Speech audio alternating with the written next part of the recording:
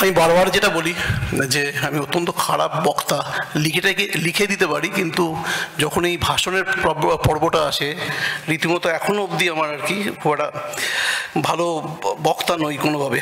তো আজকে একটা মানে টেনশন ছিল যে আজকে তো জামাই ষষ্ঠী, সবাই ব্যস্ত আর কি, সকাল থেকে ব্যস্ত, জামাইরা ব্যস্ত, শ্বশুররা ব্যস্ত। তো তার মধ্যে যে আজকে এত মানুষ এসছেন, আপনাদের সবাইকে আন্তরিক শুভেচ্ছা এখানে আসার জন্য। আপনাদের সবাইকে আমি বলবো যে অসংখ্য ধন্যবাদ আমাদের সবার তরফ থেকে। খেলোয়াড়দের এই যে এখানে দেখলেন যে একটু আগে যে এভিটা দেখছিলাম, সেটা দেখছিলাম যে আমি আরও খানিকটা বুড়ো হয়ে গেছি, দাড়ি পেকে গেছে, তার মধ্যে তখনও একটু চুল তো আগেই উঠে গেছিলো, এখন তখনও দাড়িটা অন্তত কালো ছিল, এখন পুরো সাদা হয়ে গেছে। বাকিরা আমরা যাদের সঙ্গে কাজ করেছি সবারই মোটামুটি আস্তে আস্তে অনেকটা করে সময় পেরিয়ে এসছে, একটা করে যুগ আমরা পেরিয়ে এসেছি। কিন্তু বিশ্বাস করুন, আমাদের সকাল হয়, আমাদের সন্ধে হয়, আমাদের রাত্রির হয়, যে মানুষগুলো আপনারা এখানে বসে আছেন তাদের সঙ্গে সম্পর্কের ওঠানামা চলে। কখনো সেই সম্পর্কে বর্ষা নামে, কোনো সময় শীত নামে, কোনো সময় প্রবল গ্রীষ্ম থাকে সেই সম্পর্কের মধ্যে, কিন্তু আলটিমেটলি আপনারাই আমাদের কিন্তু পরিবার। কখনো আমরা ঝগড়া করি, কখনো আমাদের সম্পর্ক ভালো হয়, কখনো খারাপ হয়, এরকম অনেক কিছু হয়, কিন্তু দিনের শেষে আমরা সবাই একটা স্বপ্নই দেখি যে বাংলার খেলাধুলো, ভারতবর্ষের খেলাধুলো সেটা জানি আমরা ভালো করতে পারি। আমরা সবাই কিন্তু একই স্বপ্নটাই দেখি, হয়তো কোনো সময় রাস্তাটা আলাদা হয়ে যায়, কিন্তু স্বপ্নটা একদম এক। আমি বিশ্বাস করি যে আগে যারা ধরুন খেলাধুলো চালাতেন বা যারা খেলাধুলো এই ছোটো ছোটো যে কুড়িগুলোকে যারা নার্চার করতেন, তাদের কাজটা অনেক সহজ ছিল। কারণ আগে যেটা ছিল যে পুরো বিষয়টাই অর্গানিক ছিল। আজকে এখানে বসে আছেন, ধরুন অমিতদা বসে আছেন, সুমিতদা বসে আছেন, যাদের দেখতে পাচ্ছি সৌরাশিস বসে আছে, এরা সবাই যখন খেলাধুলো করেছে তখন বাড়ির পাশের যে মাঠটা ছিল সেখানে গিয়ে খেলেছে, এবং সেখান থেকে খেলতে খেলতে কারো একটা চোখে পড়ে গেছে, তাকে একটা হয়তো কোনো ক্লাবে নিয়ে গেছে, সেখানকার কোচিং যে সিস্টেমটা তাদের সঙ্গে অ্যাডাপ্ট করেছে। কিন্তু এখন যেটা হয়ে গেছে, এখন তো বেশিরভাগ ক্ষেত্রেই যেটা হয় যে বাচ্চারা, যে সমস্ত বাচ্চাদের আমরা দেখি, তারা বেশিরভাগ ক্ষেত্রেই তারা মূলত পাড়ার মাঠে যে খেলাটা সেটা উঠে গেছে, পাড়ার মাঠে খেলা উঠে গেছে। ফলে তাদেরকে কিন্তু ছোটোবেলা থেকেই অনেকটা বেশি করে কিন্তু বাবা মাকে নিয়ে যেতে হয়, একটা প্রথম থেকেই একটা সিস্টেমের মধ্যে তাকে ফেলতে হয়। তার বাবা মাকেই কিন্তু ঠিক করতে হয় যে এই খেলাটা আমার ছেলে বা মেয়ে খেলবে, এবং তারপরে তাদেরকে একটা কোচিং ক্যাম্প খুঁজতে হয়, সেখানে নিয়ে যেতে হয়। এবং আজকের দিনে আমি বলবো এন্টারটেনমেন্টের যে সমস্ত প্রলোভনগুলো সেটাও অনেক বেড়ে গেছে। এই বাচ্চাদের হাতে মোবাইল রয়েছে, মানে আপনাকে মোবাইলটা দিতেই হবে, কারণ তাদের সিলেবাসের মধ্যে এমন কিছু পড়াশোনা রয়েছে, স্কুল থেকেই তাকে বলবে, তার কাছে হয়তো সিলেবাসের বিভিন্ন কিছু আসবে, তাকে আপনাকে দিতেই হয় মোবাইলটা।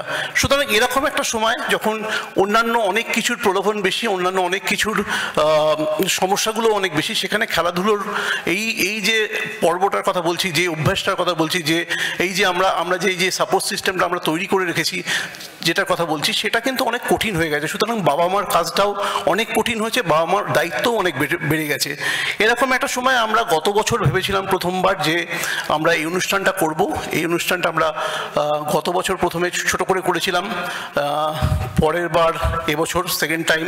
রুবি জেনারেল হসপিটাল প্রথম বছর থেকে আমাদের সঙ্গে রয়েছেন, আমাদের হাত ধরেছেন।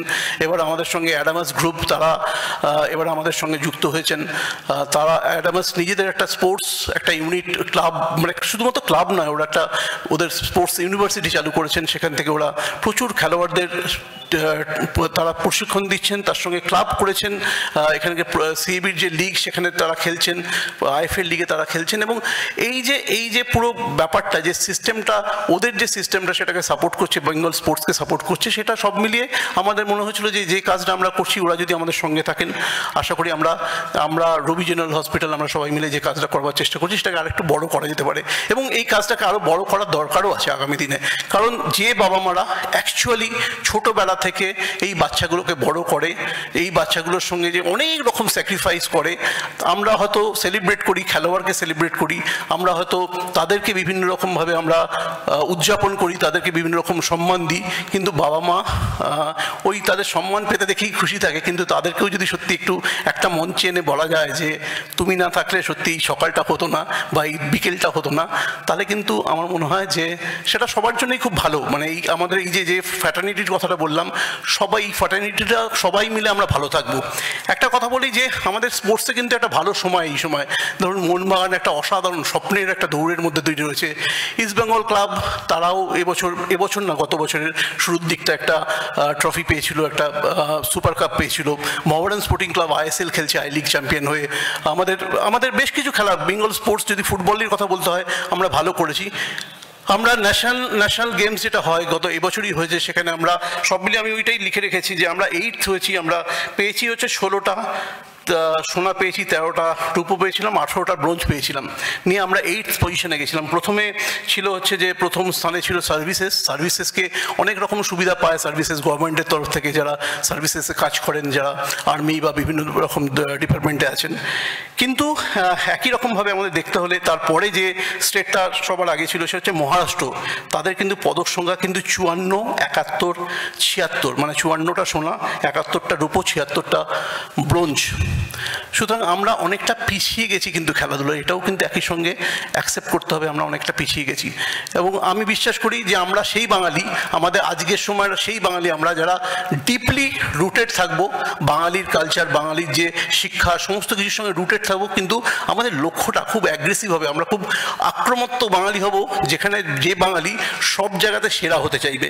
সুতরাং আর কিছু বলার নেই, যে এমন একটা সময়ের মধ্যে রয়েছি, বললাম যেটা যে এমন একটা ডিজিটাল সময়, যেখানে আজকে সোশ্যাল মিডিয়ার সময়, যেটা গোটা পৃথিবীটাকে এক জায়গায় নিয়ে আসছে। আমরা গোটা পৃথিবীর ইনফরমেশন পাচ্ছি, গোটা পৃথিবীতে কীভাবে স্পোর্টস ডেভেলপ করছে, ইনফ্রাস্ট্রাকচার কীভাবে তৈরি হচ্ছে, সবগুলো দেখতে পাচ্ছি। সুতরাং আমাদের একটা বেঞ্চমার্ক কিন্তু সেট করার সময় এসে গেছে, এবং আগামী দিনে আমরা তাই করব। আমরা এক্সট্রা টাইম থেকে সেটা করবারই চেষ্টা করি, এবং আগামী দিনেও তাই করব। যেটা বলার যে অন্যান্য যারা স্পন্সর, আমাদের অনেক স্পন্সর রয়েছেন, অনুক্তা সেগুলো বলবেন। আমি দেখতে পাচ্ছি যে মোটামুটি এখানে রয়েছেন হচ্ছে আভূষণ পিয়ালি রয়েছে এখানে, সুদীপদা এসছেন, সুদীপদা থ্যাংক ইউ সো মাচ। কোক, কেসি দাস, দীপ প্রকাশন, আমি দীপের কাউকে এখনও দেখতে পাইনি যদিও, ফিভার, প্রতিদিন, সোনাঝুরি, হাট, এরা সবাই রয়েছেন আমাদের সঙ্গে। এবং থ্যাংক ইউ সো মাচ সবাইকে বলবো যে আপনারা আজ, যেটা বারবার করে বলছি, যে আজকে এরকম একটা দিন সবার ব্যস্ততার মধ্যেও আপনারা যে আজকে এসছেন, তাই জন্য ধন্যবাদ সবাইকে, ধন্যবাদ।